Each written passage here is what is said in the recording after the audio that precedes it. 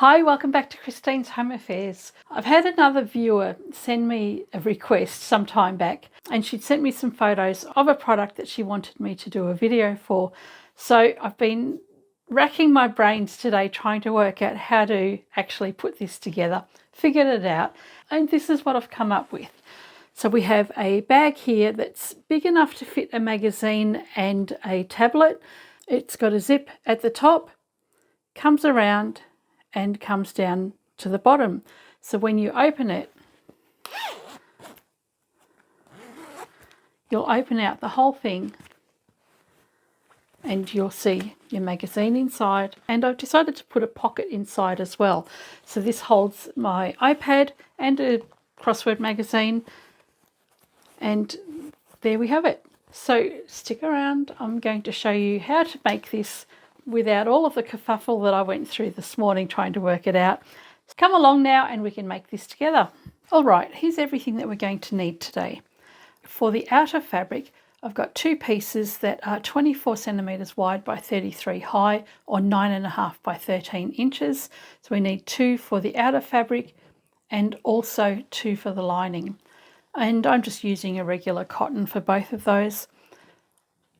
On the back of the main fabric, we want to fuse some lightweight fusible fleece or a lightweight pallin, and this measures 22 by 31 centimetres or 8 3/4 by 12 1/4 inches. For the pocket, we've got one piece that's 24 centimetres wide by 42 long, which is 9.5 by 16.5 inches, and I also have a piece of fusible interfacing. This is just a cotton interfacing. It doesn't need to be too heavy. It's 22 centimetres by 20 centimetres or 8 3/4 by 7 7/8 inch. And we have a 55 centimetre or 22 inch dress zip. That's just a regular zip we're using, which I think is a number 3. And we're going to make our handles today. We need two pieces that are 10 centimetres wide by 33 centimetres long or 4 by 13 inches. So we need two of those. I'm too lazy to cut up some interfacing or stabiliser for this, and I've got a heap of this tape. All of this is a really lightweight stabiliser.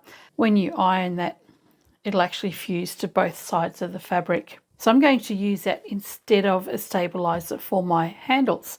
You can either cut a piece of stabiliser that is 5 centimetres wide or 2 inches in width and fuse that to the centre, or leave it without. It doesn't really make much difference at all. Now let's get started. The first thing we want to do is shape our fusible fleece. Place it right side together. So I've got the bumpy sides faced together. It's important to make sure that you do have the same sides facing. In the top right hand corner, we're going to measure 3 centimetres or 1 1/4 inches. And then you can use a cup, a plate, anything with a rounded edge. Place that over the corner there. Mark your curve and we can cut that out. Now the curve can be any size you like. I've just chosen to go with 3 centimetres. There's no reason for it at all. It just depends on how rounded you want your curve to be. Now that we've done that, take your main fabric and place your fusible fleece directly over the top. Centre that so you've got your 1 centimetre seam allowance evenly all the way around. We'll do the same for the other one. And this is the reason why it was important to make sure that you had your fusibles facing the right way. You can see the curve here. When we close this up, you'll have one curve sitting over the top of the other. Fuse those pieces together. Take the pocket piece and fold that in half. Mark a crease there, and then take your interfacing and place that on that fold line. And you want to centre that evenly around the side edges there, because that is our seam allowance. We'll iron that. So to prepare your handles, what you need to do is place your fusible interfacing on the inside section, and that will be 12.5 by 2 inches or 32 by 5 centimetres. What you want to do on the ends is fold that up about 1/2 centimetre or 1/4 of an inch. A little bit longer won't hurt either. You'll place your interfacing or stabiliser to the inside of your fabric, fold the edges over, then you'll fold the raw edges into the middle, fold the whole lot in half, and then give that a really good press as well, which is what I've done here. So we've got our stabiliser fused to the inside, and I've got the edges already folded over, and then the handles are ready for sewing. So let's go and fuse all of those stabilisers, and then we can start putting this together. Okay, now that we've got our fusibles done, we'll set these two aside for the moment. Take your main pieces, and we've got a curved edge in the top corner here, and also one in the opposite corner there. So what we're going to do now is flip this one so that the fleece is faced down and the curve is on the top right hand corner. And then we'll grab this one and place that directly over the top, and we'll line it all up evenly, and just double check that you've got a curve here and on the same corner. I'll mark my 1 centimetre seam allowance around the outside edge of the fleece. It doesn't have to be perfect, it can just be a rough estimate. Then we're going to cut around that curve, and when you open this out, we'll have a curve on this corner and on this corner as well. This will be the side seam of our bag with a zip coming around here and opening like that. We can set that one aside. Take your pocket fabric with the interfacing fused to the inside, take the top section of your pocket and fold that right over the top. And we're going to take this to the machine and top stitch right along there. We don't need to close up the side seams, and we don't need to do anything with the bottom seam. With the handle, we are going to sew straight down both long edges on both handles.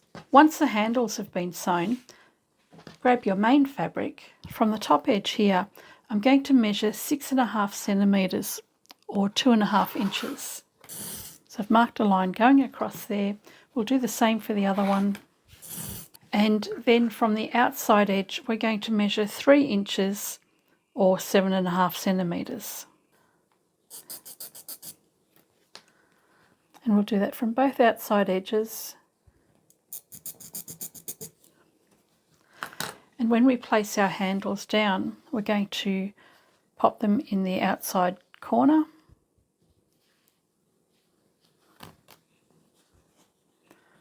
And they'll be folded up like this, and that's the position of your handle. So 2.5 inches or 6.5 centimetres down from the top, 3 inches or 7.5 centimetres in from the side. Once you've sewn those handles, position that down on the outside of that cross that you've marked, and then you'll fold this up 1.5 centimetres or 1/2 inch. Then we can sew a rectangle around these handles to secure those in place. And we'll do that for the other one as well. So the first thing we're going to do is top stitch our pocket, sew down both long edges of the handle, and then we'll place our handle onto our fabric. Let's do the handles first.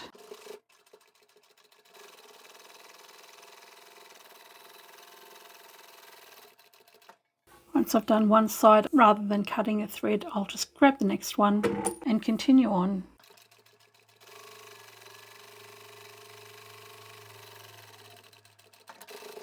Go back up to the top and do the other side.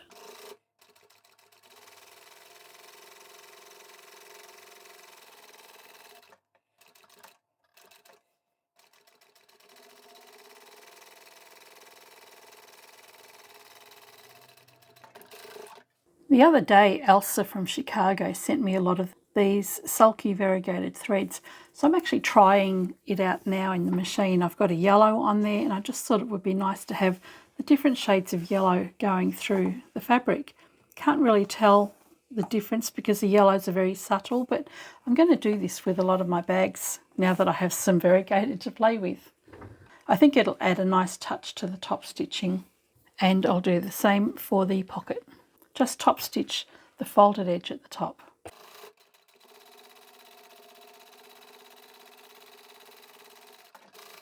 You can see I've got my handle in position just here, so the end of the handle is facing the top of the bag, and I've placed that on the outside intersection that I'd mentioned earlier.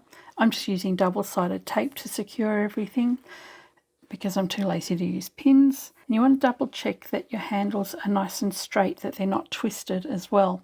Once you've got the end of the handles facing the top of the bag, then you just fold that up about 1/2 inch or about 1.5 centimeters. Secure that in place on both sides, and then we can sew the rectangle around the handle, starting at the bottom fold. Keep your needle down, turn your work, turn it again, and I'm securing. You can feel the bump underneath, and that's what I'm stitching now.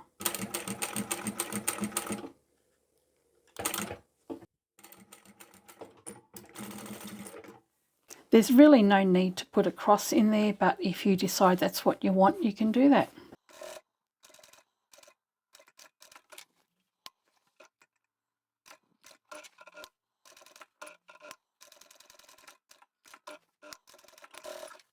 And I'll do the same for the other handle.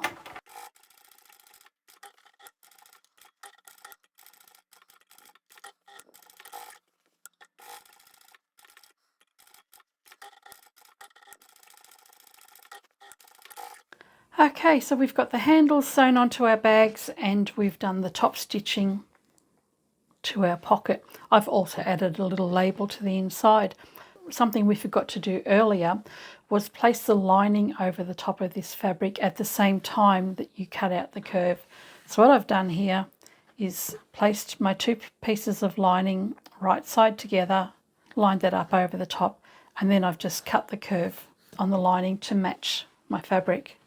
The pocket piece can be secured to one side of your lining now.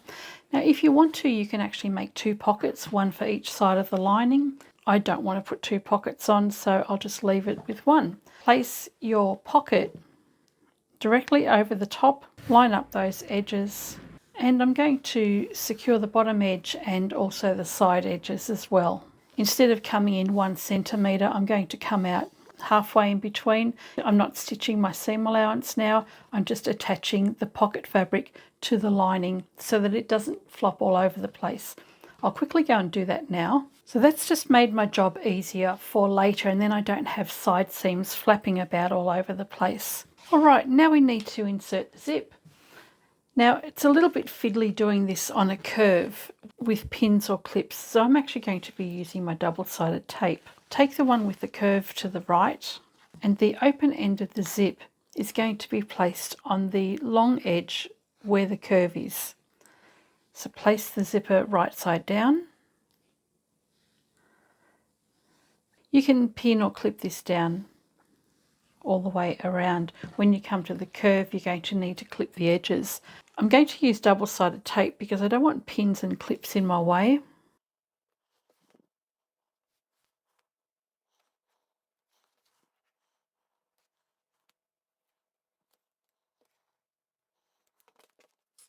I've pinned the edge of the handle just to keep that sitting down so that it doesn't get in my way. Now grab your zip and have the right side facing down, so the slider you want face down onto your fabric with the side edge of your zipper tape along the side edge of your outer fabric. And we'll start lining this up at the very bottom edge.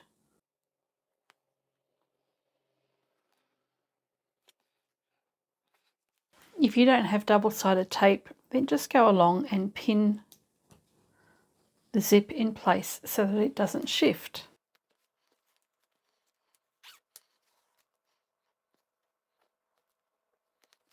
As you come to the top curve, You're going to need to start clipping into the zipper tape. So we've got the curved edge here. So just snip into the curve and that'll make it easier to place the zip down.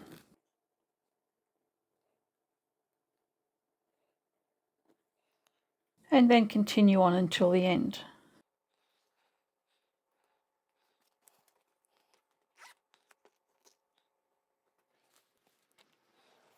We've attached one side of the zip to our fabric, and at the end here we've got the metal bar.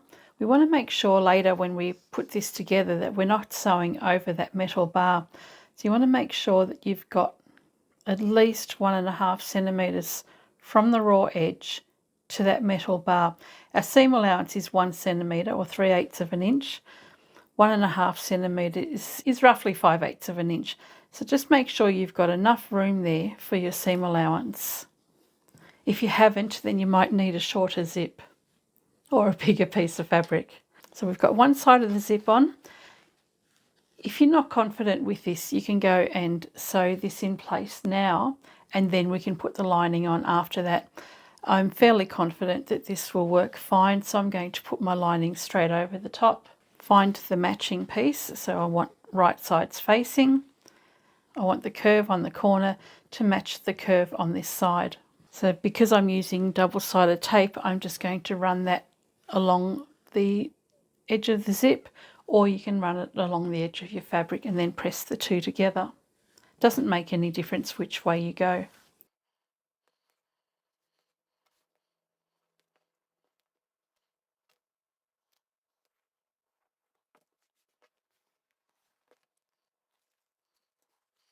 Okay, line up the side edge and secure those edges together. Make sure it's nice and straight along here.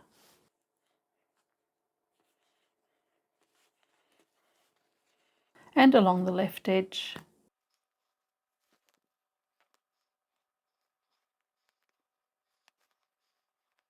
Okay, now that I have the zip secured between the layers of fabric, I can take this to the machine and we'll sew right along the edge of the fusible fleece here, come around the curve and to the end. Once we've done that, we need to clip the curves to help that relax and sit nicely.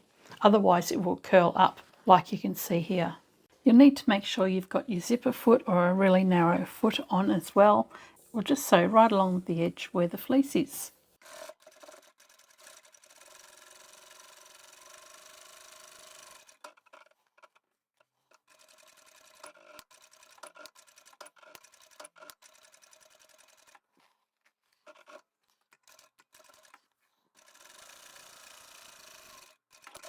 What we need to do here is clip the curve, make a few cuts up to the stitching line but not beyond it, and that'll help all of that sit nice and flat. Turn everything the right way around and we need to top stitch. Once you've got your lining fabric sitting nicely at the back and everything nice and flat at the front, put this under the machine, and where this metal tab is, this is where we're going to start doing our top stitch. We're not going to start at the side end because I want to have the freedom to be able to manipulate this fabric when I'm sewing the side seam. So where the metal tab is, I'm going to start my top stitching here. And when I get to the other end of the zip, I'll do the same thing.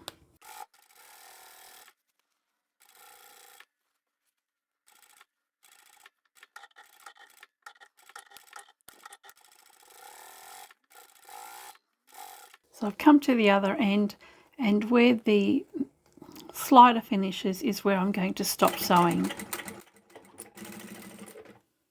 All right, now we can go and put the zip on the other side. This is going to be fun. So the zip's been inserted, the top stitching is done. We've got a nice curve around here. The fabric isn't curling up, and the zip is actually supposed to curve around like this. We now need to get the other side on. I'll run some double-sided tape around the edge of that.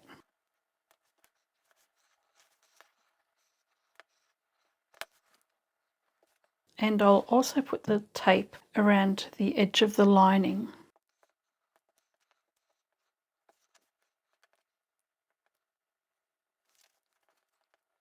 Place your main fabric faced up and remove the tape if you're using it. And we'll take this edge of the zip and line that up on the outside edge of the fabric that has the curve at the top. So line up the bottom edge of your zipper tape the same way you did earlier. It'll be easier to do this with the zip open.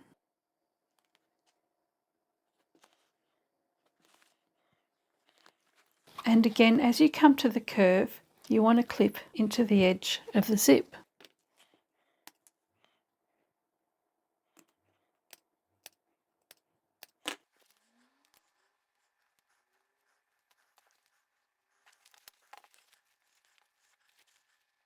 And if you've got everything lined up properly at the side edges there, we can grab our lining and place that over the top as well.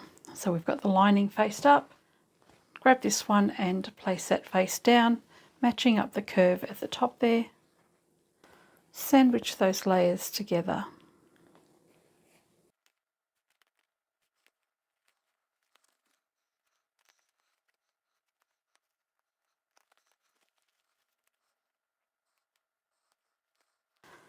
Okay, once you've got everything sitting nicely, you can take that back to the machine and we'll sew the other side of the zip in. Once we've done that, we'll clip the curves again and then we'll turn it the right way around and top stitch the other side. So of course I've gone and set up my camera the wrong way and all I've done is filmed my nose. So start at the other end and sew with a back stitch at the beginning and the end, exactly as we did for the first side.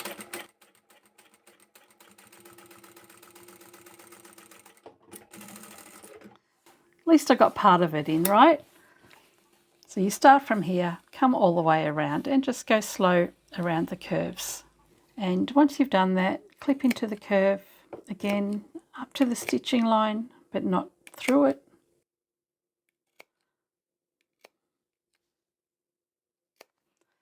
Turn it the right way around and we'll top stitch. So I've got the lining and the pocket underneath. Have all of those layers together. When we do the top stitching, we're going to do the same as we did on the other side. We'll start where the metal tabs are, continue on to the other end where you've got the little metal end stop.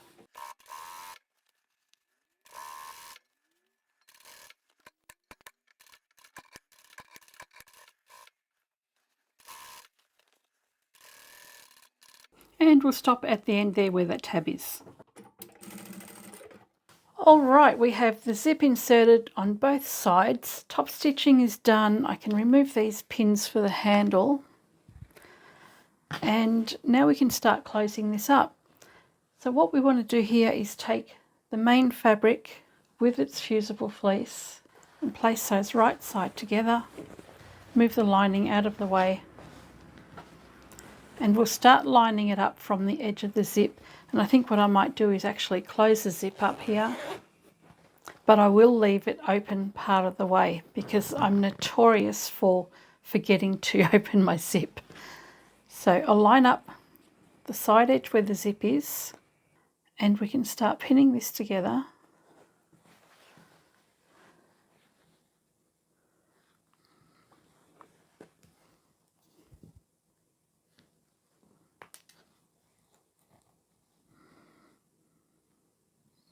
Line up the long edge on the side and that will become the spine of our bag. So come back up to the top edge where the zipper tape is, line that up evenly, and then we can line up the rest of the side seam. We've done both outer edges and now we can continue on and do the lining. So I'll pin the corners together in the lining, go back to where the zip is and line that up. I'm going to leave an opening of about the width of my hand here. It'll make it much easier to turn everything the right way around. And double check that the zip is lined up properly. When you sew over this section where the zip is, just be careful when you are sewing over it that you don't actually stitch over the metal teeth at the end. I've made plenty of clearance, but I still will check that as I come to it and double check the lining up at the other end of the zip. And then you can start pinning that together as well. And this is the long edge of the side seam. Now we can go back to the machine and sew this up. I do usually like to start where the zip is. So what I think I'll do is where this opening is going to be here, I'm going to start here, come along, I'll backstitch a couple of times over the edge where the zip is, come to the corner. When I come into the corner, I'll come in and then I'll backstitch 2 stitches and then I'll go forward. Then I'll come around and I'll go forward 2 stitches, back 2 and go forward again, because I like to have my corners nicely reinforced. Keep on going, come over this zip a couple of times and down to this corner and reinforce that, and then I'll stop at the end and backstitch, and then we're almost finished.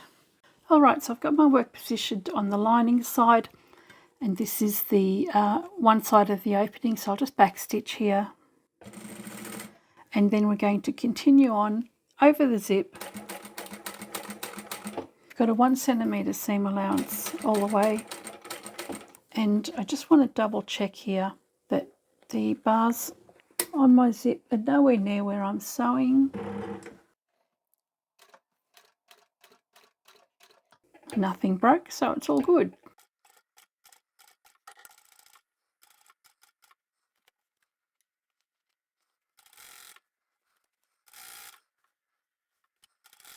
So I've come to the corner, I'll backstitch, forward, and then turn, forward, back, and keep going.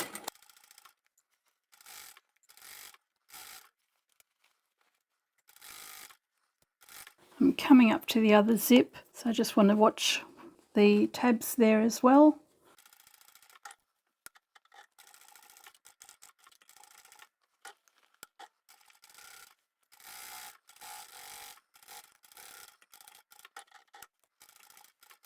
And then I'm going to leave a big enough opening to turn through. At the bottom end where you've got the opening of the zip, as soon as you've secured that with a couple of pins, just go back in and open up your zip as far as you can so that you can turn this around the right way easier later on. Okay, before we can turn this the right way around, we just need to trim the corners on the 2 ends there. And if you have any bulky bits sticking out, you can trim those as well. And we should be right to turn it the right way around. Hopefully you've remembered to leave your zip open.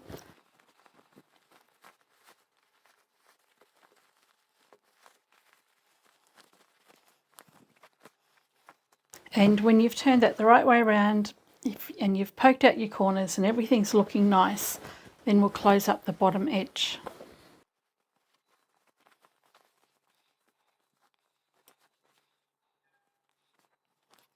So at the bottom here where we've got the lining and the pocket, just fold those edges over, and you can either whip stitch or just take it to the machine and sew straight across.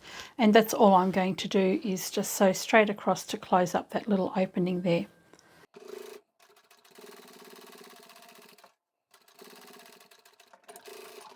And we're finished.